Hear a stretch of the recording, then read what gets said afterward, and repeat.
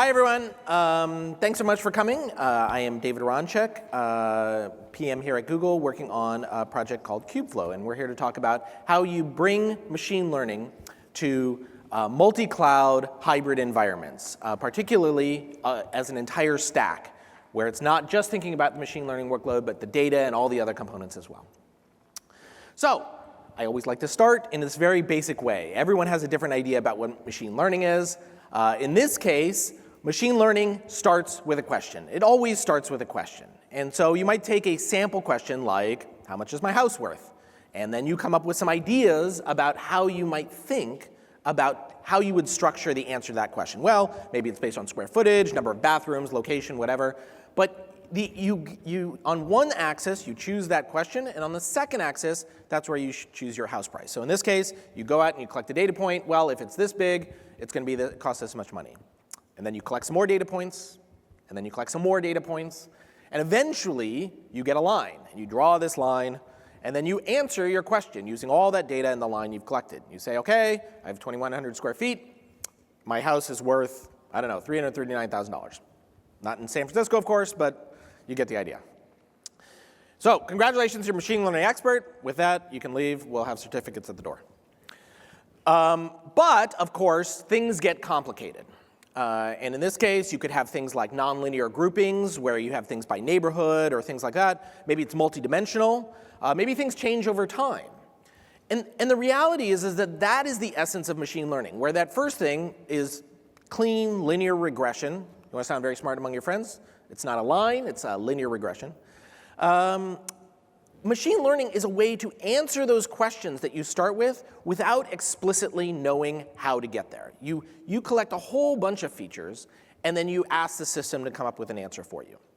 And at Google, we've done this as well, and we had great success around this. Google obviously hires some of the best data center engineers in the world. We're very, very proud of how efficient we are. We measure everything in what's called power usage effectiveness. So these are people who know everything there is to know. They're using renewable power. They're using the latest technology. And what they want to do is they want to be the most efficient around this electricity, to stick all this electricity in and get the most amount of compute out. And they have a lot of ideas about what makes a difference here, but what they decided is, well, why don't we associate this with machine learning? We'll put all the features, all the data we collect into the system and see how we can improve things. So what they did was they graphed everything, they turned machine learning on, and the graph came down, and then they turned the machine learning off and it came back up. And again, these are the best people in the world who thought they knew exactly how to make the system run great, and they were able to get massive improvement by associating with machine learning. So we say this, and we as an industry do a terrible job around this, because we say this. We show off these great signs, oh, it can solve cancer, detect heart disease, massively improve efficiency. And people say it's great, except it's also very, very hard. And it's not just hard because I'm bad at math. It is hard because there's this massive gap. Most folks are collecting data, and they don't really know what to do with it or how to structure it or anything like that. And then they want to move over and get to that ML goodness, but there's lots of pain in the middle. And let me tell you about what some of that pain looks like. The reason is because it basically comes down to this. You really today only have two options when it comes to rolling out a machine learning pipeline. You have do it yourself, which is great, except you have to set up from scratch. You have to integrate with all those legacy systems and make sure things are working properly. And eventually, when it comes to migrate based on your business needs, and there's always a reason to migrate, you have to go and you have to do that all again. So that's a huge pain. It does work, but it takes a lot of work. Or you could go hosted. And hosted is fine in those first 5 minutes. But then you have the next 5 years. You have all of the things that you had to deal with on the left, integrating, dealing with legacy, plus hosted is single cloud only. And the reality is folks are not single cloud, and I'll get to that in a second. And now, to be clear, that's not all hosted solutions, but it's certainly the most common situation. So haven't we heard this story before? And the reality is we have. This was the story when we first introduced containers in Kubernetes. The idea was that everyone was out there rolling their own bespoke solutions for rolling out workloads, for doing service discovery, having things componentize and work together. But that was not efficient. Things wouldn't work as you moved from cloud to cloud, on-prem to cloud. Things wouldn't even work within different zones. Containers in Kubernetes gave you an explicit, declarative way to roll out your applications in a way that made sense. And in Austin at 2017, we talked about Kubernetes being this not just a platform for rolling it out, but being really extensible, letting you take Kubernetes and extend it in a way that makes sense to you. And that was the essence of what we called cloud native computing, using the platform of Kubernetes to extend it in a very elegant way. And so as a result, you saw this huge amount of uptake of what's called cloud native apps, these declarative, highly microservice-oriented, highly distributed systems. So what we need is cloud native ML. And cloud native ML looks like the following. It is composable. It lets you piece a number of pieces together based on your business requirements. It's highly portable. It lets you move from place to place very readily, and it's highly scalable. It takes advantage of the fact that you now have effectively unlimited compute.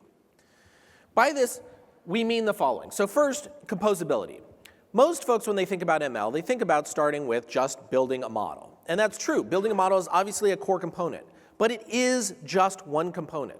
A standard ML pipeline might look much more like this, where you're spending a bunch of time doing data ingestion, analysis, transformation. Then finally you get to your model and you want to do distributed training. And finally you have to roll it out to production. And an ML system needs to support all of these things in order to be production ready. Second, you want it to be portable. And portable looks like the following. First, when you think about your overall your overall stack of compute, it's obviously not just compute. CPU cycles are just one thing. You might have any of the following associated with it, where that entire pipeline that I described before is just a portion of that. But multi-cloud is the reality. So you could have this great stack that looks awesome in one place, but 81% of you are likely to have multiple of these stacks. And not just one multiple stack. In fact, the average person has up to 5. So what that looks like is where you have this experimentation workload running potentially on-prem or on your laptop, you might have a completely different one when you get to training and a completely different one when you get to cloud. And that now just multiplies your overall matrices times 3. Now you might say, I know what you're saying, this might not matter to me. You're wrong, and I can prove it in one exercise. Raise your hand if you have a laptop. Congratulations, you're all multi-cloud. And don't just trust me, listen to this guy. He invented Kubernetes. The way I think about it, every difference between dev, staging, and prod will eventually result in an outage. Did you catch that word? Let me underline it for you. You got that? Dev. Dev. Dev is an environment. Dev is a cloud. Dev is an environment that you have to replicate over and over and over again and move. Your laptop counts. And this column right here tends to be the one. That is your experimentation. And it is something that when your data scientists are working on their experiment and they go to their production scientists and they say, all right, it's time for you to run this model, they're like, I can't use any of the stuff that you ran. And that's not good. And then finally, when we think about scalability, we think about all of these things. Now, many people just say, okay, it's just GPUs, TPUs, CPUs. But it really, scalability is human beings, and it's skill sets, and it's number of experiments. You need a system that can handle all of these things. So, cloud native ML, composable, portable, and scalable. You know what's really good at these things? Containers and Kubernetes. Except, of course, if you want to use ML on Kubernetes today, you have to become an expert in many, many things. And that's not good. So that's why, in December of 2017, we introduced Kubeflow. Kubeflow our goal is to make it easy for everyone to develop, deploy, and manage portable distributed ML on Kubernetes. And so what this looks like is you use Kubernetes as the unified layer. It works on your laptop via Minikube, Docker EE. It works on the cloud. It works on your training environment. We have a Kubeflow deployment that describes your entire pipeline. And then you're able to stamp out that exact same Kubeflow deployment in multiple locations. Right now in the box, we are just at 0.1. But we have a Jupyter notebook, we have distributed training, we have multi-model framework, we have lots of examples, and best of all, we use a tool developed by Heptio called Casenet, which lets you customize for your own packages, including private packages that are relevant just for yourself. In the box today, we have this, which includes a trainer, a model validation, training at scale, and then also serving and monitoring. And with that, I'd like to show you a quick demo of what it looks like to roll out Kubeflow. So here we are. We're going to do a getting started, and I'm going to use something. This is a real live demo, but it types for me so I can talk while I do it. So the first thing we're going to do is we're actually going to start on Azure. I spun up a Kubernetes cluster last night. It's ready to go. We switch context to Azure, and now we're going to introduce our new Kubeflow app. You see there, I just typed KS, that's KSNet, init, and it created the directory. I switch into the directory. And now I'm switching over to the context. I create my brand new environment locally, and I say, hey, just letting you know, we're going to deploy to Azure. We set the parameter telling Kubeflow that you're deploying to that environment I just set up. And now we're going to select the things that matter, right? So the first thing I'm going to do is I'm going to add that registry. There's just a Kubeflow registry out there. It's public. I'm going to install core. In there, it's going to go and download 33 different files. It's going to install Argo, which is our workflow engine that's built in. And it's going to install TF serving. And again, this is really, really straightforward. I'm just selecting whatever makes sense to me for my particular environment. I generate the deployment, and now I roll it out. That's it. I just deployed an entire ML pipeline, or excuse me, it'll deploy momentarily, an entire ML pipeline to this Kubernetes cluster running on Azure. And it's taking a little bit of time. I apologize to the network. But you can see here it's rolling out all these various services. It's rolling out a dashboard. It's rolling out a TF job operator, which extends the Kubernetes API. It's rolling out Ambassador as a reverse proxy. It has a stateful set to maintain your workloads across various runs and so on. So now, just to prove that it's actually running there, you can see that on kube control. I get that. Now let's do the same thing. So now I've done this. Imagine that I had my training cluster on Azure because that's where we had some particular data. I want to replicate that, except now I want to do it on AWS. And in this case, all I need to do is I need to switch that. I need to create a new environment for AWS. I set the parameter that I'm deploying to as being AWS, and there you go. That's it. Same exact thing now running over on AWS. And again, it'll take just a second here to roll out. This is, in fact, running live. No videos or anything like that. Not that there's anything wrong with videos. And as that rolls out, we will, let's actually go and prove to you that is, in fact, running. Here you are. This is the Jupyter notebook. Jupyter is basically the data science environment. And if I was a data scientist, I would have executed that one command, which they're already familiar with how to do very basic installs like that through things like pip. And in this Jupyter notebook that I have running here, you can see it's just a regular old Jupyter notebook. I'm going to train on this and train my model, and I get an output. Again, very, very straightforward. I deployed this all in one single command. And finally, we're going to do the exact same thing, except we're going to do it to GKE. So again, I switch it very, very quickly and roll it out. Again, now 3 different clouds, 1 command. All I did was switch the environments. It knew how to pick it up and roll it out to these various locations. And you can see as it picks it up here, again, nothing happening. And I hit refresh on the workloads, and you start to see them rolled out. So again, integrated with the underlying platform. So that easy, that simple, I'm able to just select the packages that make sense to me and move on. So as I said, that's only one component of an end-to-end machine workload. You want to choose all these components, but you need to go with the data. And the reality is data needs portability as well. Kubernetes and Kubeflow, we give you app portability. But you need data portability around where you're using and consuming that environment, how you share that between the various locations, how you make it usable to both cloud native and legacy apps, and then finally, how you scale that on demand. And with that, I'd like to hand off to my colleague, who will tell you all about Elastifile and its portability. Thank you, David. So I'm Alon Cohen from Elastifile. And what I'm here to tell you is that at the end of the day, your models are just as good as the data you place into them. And that data is actually being created everywhere. It's being created in data centers on premises. It's being created at the edge. You need to package that data. You need to bring that data to where you can process it. And after you process it and create those models, you need to take them and bring them back to the edge to where you can use them for predictions and for finding out what this machine learning thing can really do for you in practice. So Elastifile is just that platform that matches those needs of the data for these machine learning environments. We provide data mobility to bring the data to where it's needed. We provide shareability so that the applications creating the data on-prem can use the same data platform that Kubeflow and TensorFlow in general uses to process that data. We provide usability to make this all simple for the end user, and we provide scalability so you can do that training and you can process that data as fast as you can. And obviously, in the cloud, as in anywhere else, time is money. How do we do that? We do that with two basic platforms.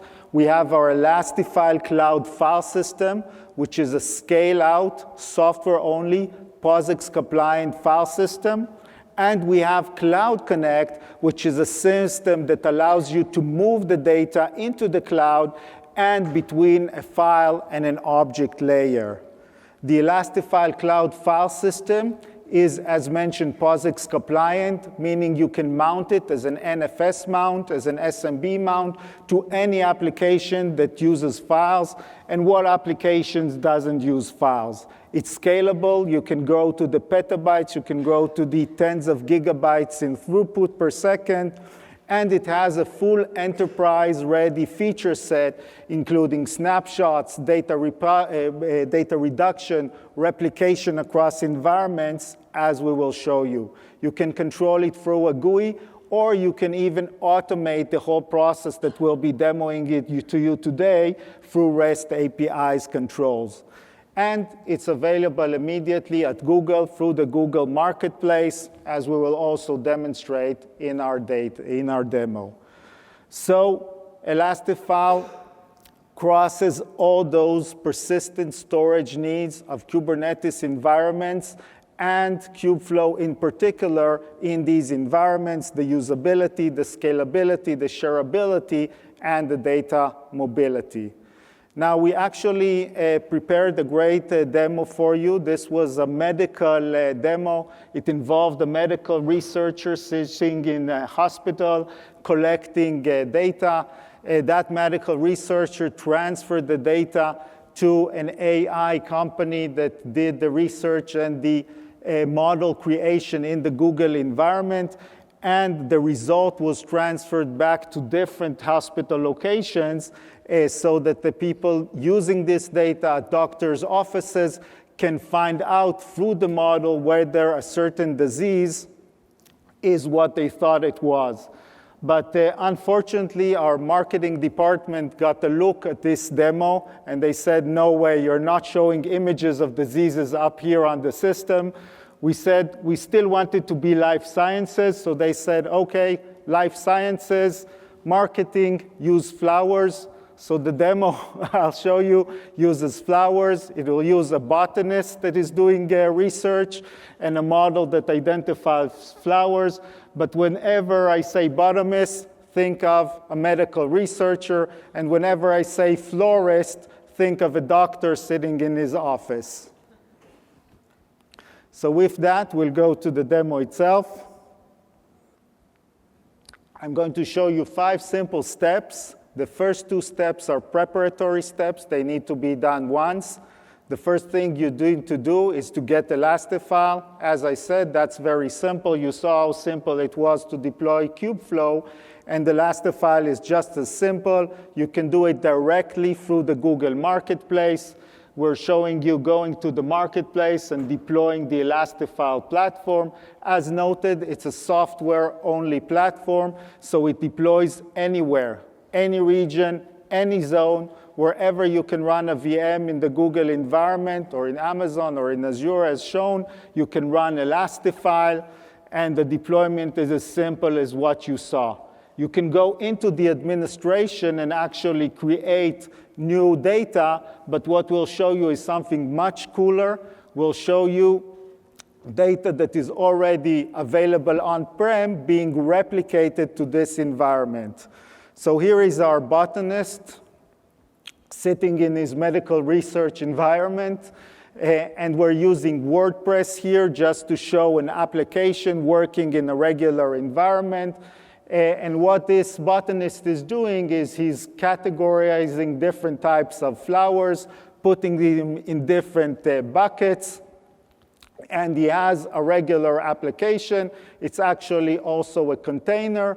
But as a regular application, it simply has a place where it's storing its data. In this case, the place where it's storing its data is a provisioned volume from Elastifile, simply provisioned as NFS for the data mobility aspect. So the first part is a WordPress working with data that is sitting in a file system. In this case, it's Elastifile, but actually it can be in any file system sitting in your environment. And what we're going to do is we're going to tell the system to replicate it into the cloud. And we're going to do this replication not as a one-time thing, but actually as something that is repetitive. Because whenever this researcher or the 50 other researchers gathers new data, we want that data to go to the cloud. So we simply go to the Elastifile GUI. We define a replication, in this case 5 minutes. We'll also retain 2 snapshots, but you can essentially retain as many snapshots as you want. Submit that for connection. And within these 5 minutes, we have a complete setup which has Elastifile running across the environments and data being replicated. Now, these data containers can be exported as NFS. So if we exported it as NFS to WordPress in one location, we can very simply now export it inside Google Cloud. So we're going to start the fun. This is our botanist researching. Oh, I don't know if you caught that, but he just found a new malignant flower. And this is something that he wants to categorize and put it in his system. And as you can see, he's simply using his own application, again, in this example, WordPress, and he's going to use that application to identify this new flower. It's a rose. It's a new type of rose that was unknown to the field before, and he just added it to his data. Now, all that would have been useless if it was just sitting inside his inside his lab. But as you recall, we have set up the system so that automatically, whenever new data is created, that data is being shipped to the Google Cloud environment. So as you will see, because we are replicating every 5 minutes, essentially immediately that data is available. The system makes sure that it is only replicating the new data so that you're not wasting throughput in either direction. It identified that there's no new data. It moved that data into an Elastifile provisioned data container inside the cloud. And we can simply mount that data container using NFS. And we see that all of the new images that were used by our researchers have been immediately brought up to the Google environment so that if a new training is being done and if we want to improve our model, all of the new data is available there. So that is exactly what we'll do now. And the beauty of containerized environments is that connecting them to a distributed file system such as Elastifile is a very simple thing to do. And we're going to use the capabilities of Kubeflow and very simply now within the Google environment create new provisioned volumes.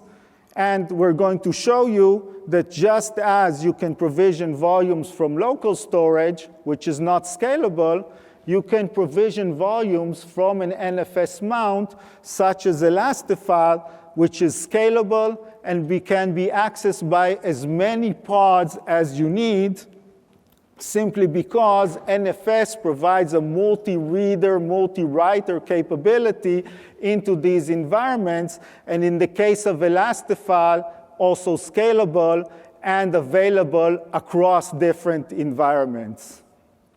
So now all that's essentially left for us to do is to run TensorFlow on the data that we've exposed inside Google, and we're going to simply look at the JSONnet and show you that we defined the data as being sourced from the new Elastifile provisioned volumes. We're also adding a new volume, and that volume is essentially where we'll take the resulting model. It's called here train out.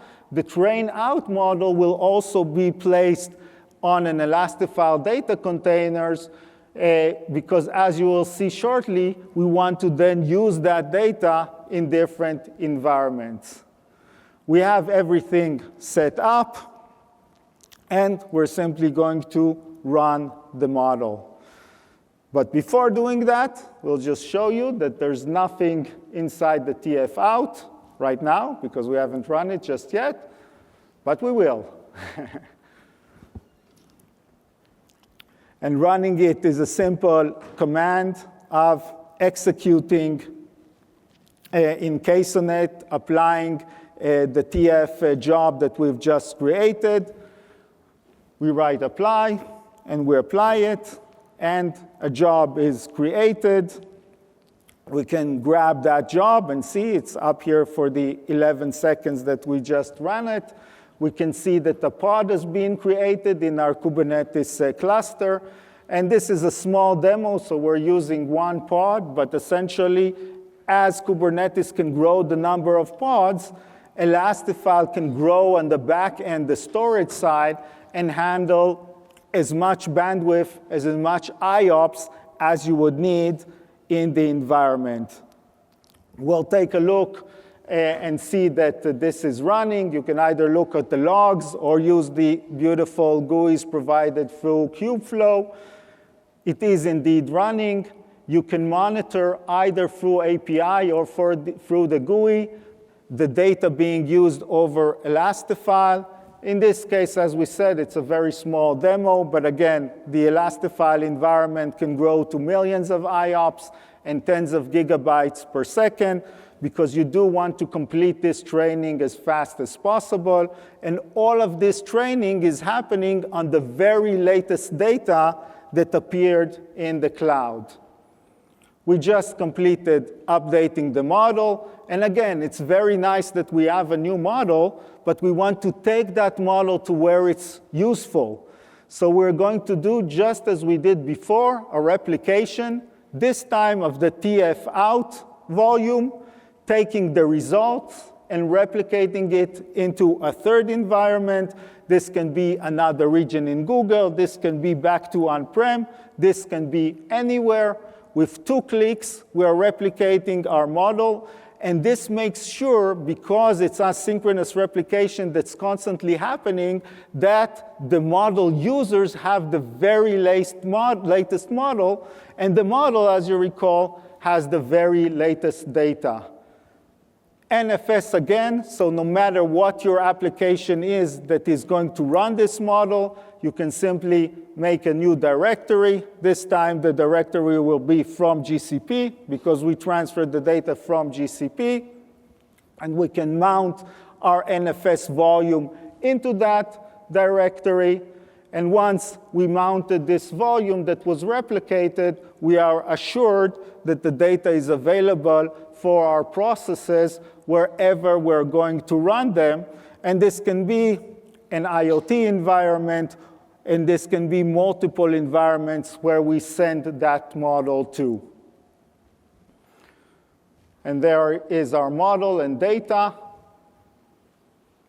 And our florist just saw this horrible malignant flower in one of his patients and is going to check whether that is indeed a rose. And in this case, we're running a simple Python script that uses the model to do a prediction. And with 99%, we're assured that this is a rose because the model that we're using was retrained on the very latest data in the field. So there you have it, a storage platform that enables you to complement all of the cross-cloud capabilities and cross-environment capabilities of Kubeflow and TensorFlow. Back to you, David. So, as you can see, Kubeflow truly is portable, and it supports all of the portability of something just like Elastifile to help you move your data as well. But this is GCP Next. If we were just doing Kubeflow 0.1, that's not interesting. Let's do something cooler. Let's introduce Kubeflow 0.2. And Kubeflow 0.2 takes all the work that we've done up to date and extends it even further. So some of these are new and improved components with some really advanced stuff I'll be showing you in just a second. Platform integrations, specifically taking advantage of different clouds that we deploy to, and a much simplified getting started experience. So, advanced features. One of the things that we really wanted to do when it came to Kubeflow was make it a platform. We didn't just want to be providing all of these solutions. We wanted to let you pick and choose platform components that came from outside, that came from other companies. In this case, H2O. They had a great demo yesterday. If you weren't there, you can watch it online. But basically, they're using Kubeflow to take care of a lot of the core components, and then they're differentiating. And it looks like this, basically, where you have a CPU that's provided underneath, you have Kubernetes and Kubeflow as a layer on top of that, and then you're able to distribute the unique components of H2O, both the closed source and the open source version, to run on top of it, and then people can build and engage at that higher level. They never even have to think about what they're running on. That's part of the essence of what we provide with Kubeflow. Second, we have a hyperparameter tuner. For those that don't know, one of the most complicating and annoying things about building a model is really tuning your hyperparameters. How big your batch is, how many epochs you should run, what your targets should be, and things like that. In Kubeflow right now, we have a brand new alpha component called Katib, which is based on the same work that we do at Google around hyperparameter tuning. It's an open source version, and it's all checked in. And you can see here, this is just a GIF of running through how you might experiment in a whole variety of ways directly inside Kubeflow to explore the most efficient hyperparameters for your system. And then finally, we want to talk about PyTorch. A lot of people can make the assumption that Kubeflow means TensorFlow only. That flow really means machine learning flow. And we really are deeply committed to many, many different frameworks. We want to make it very explicit here. PyTorch is absolutely supported. It's in alpha right now, and we expect to hit beta very soon. And to swap it out, here were those steps that you saw earlier. To swap it out, you literally say, I'm going to cross that out, and I'm going to swap in. Presto, you're now using PyTorch. Second, I want to talk about platform integrations. So one of the things you saw with Elastifile is that Elastifile just did the work under the hood. It just surfaced a persistent volume claim to Kubernetes, and Kubeflow knew how to use that. And that's something that's very fundamental to Kubeflow. We don't want to do the work to think about your various clouds. This cloud has A and this cloud has B. That's great. As long as you surface those elements to Kubernetes, we're good. And for that, it looks something like this. We want to support the things that are specific to your cloud around security, data exfiltration prevention, identity-aware proxy.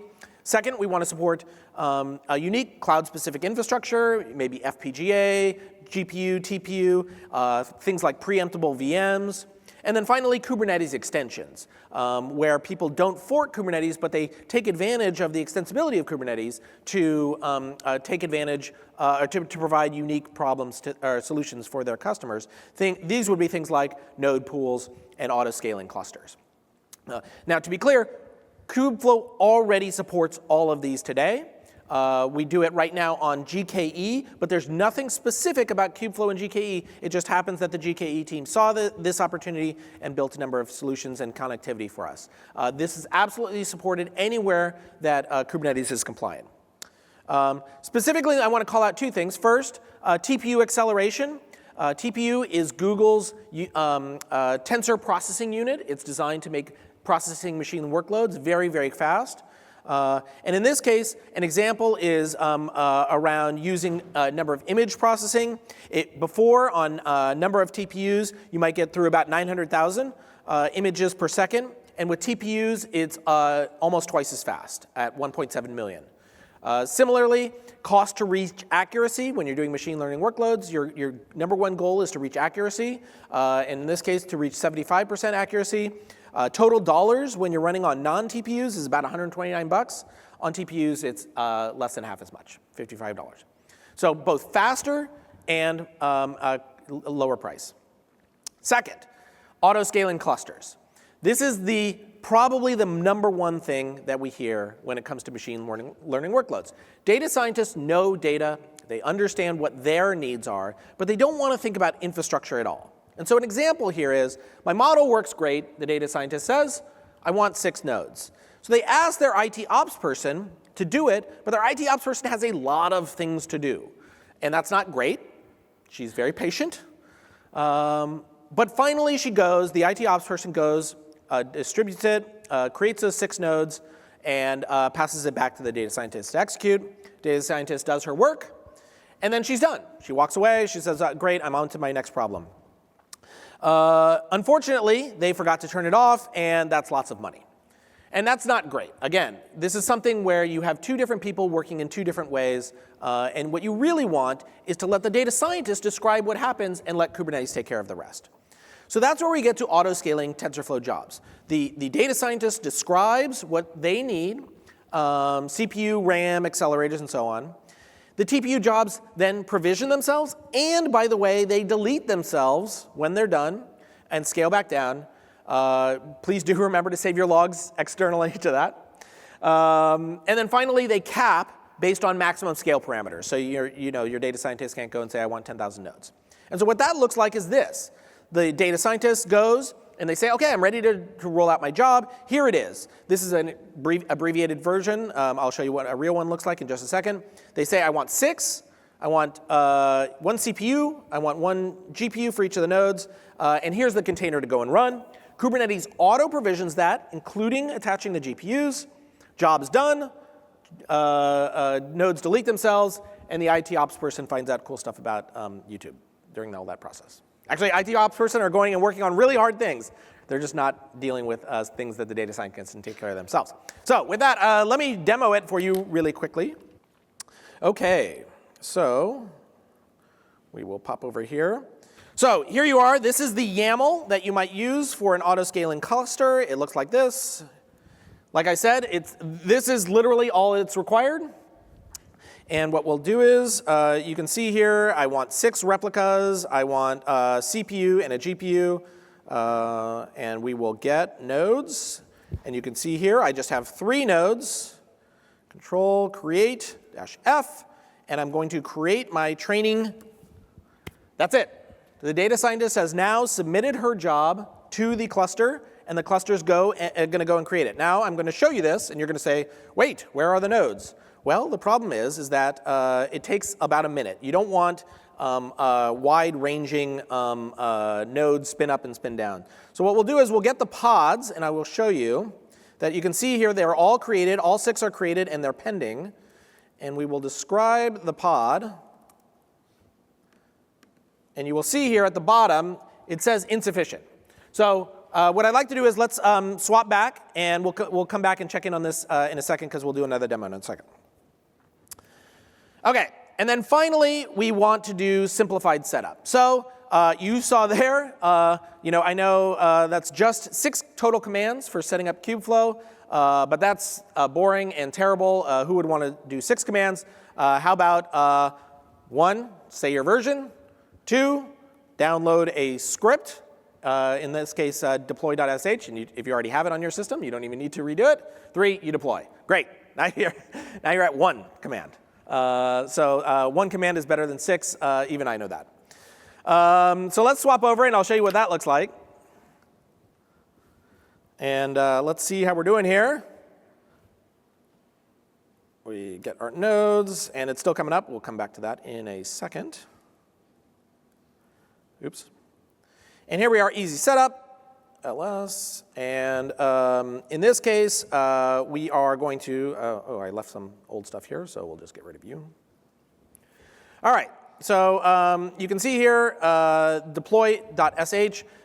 This is a lot of stuff, but really, it's pretty straightforward. It, asks for your IP address and things like that. But this is the important part that you're going to want to care about. So you can detail right there in your deploy.sh the packages that you want, but everything else is taken care of for you. And in this case, I want to deploy it all, so I've downloaded it already, and it's done. That's it. Everything that you saw before is now being set up as we speak.